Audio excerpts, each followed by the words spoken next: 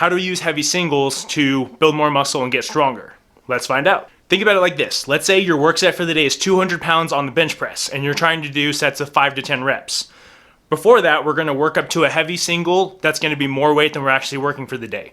So let's go say 220 to 240, somewhere in that range.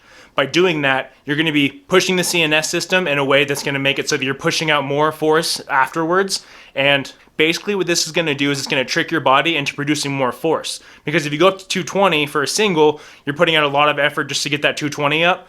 You back the weight off, you rest 3 to 5 minutes, and then you do your set of 200.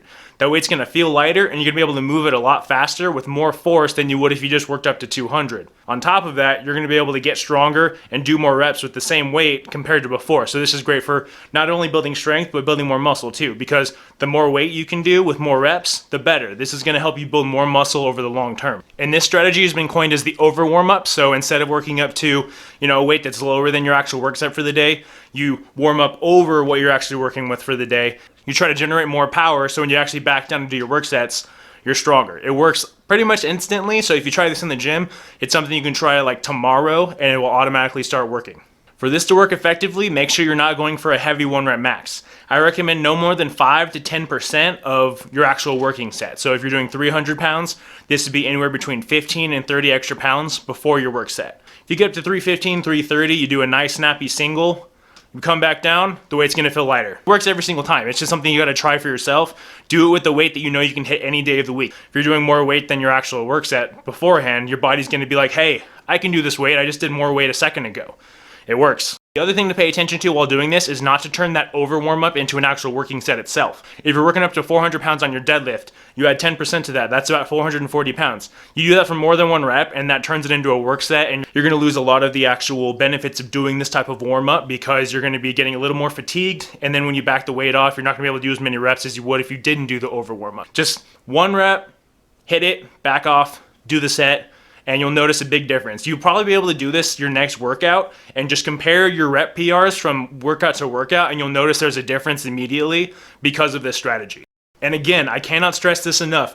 Do not push yourself way too hard with this. Do not go to a 1-rep max and burn yourself out on that set. Your goal is not to do a 1-rep max before you go and do your back off sets, basically is what this is. You want it to be a weight you can crush every single day of the week. It should be fast, it should be snappy. The lighter the weight is that you're able to do over your actual working sets, the better.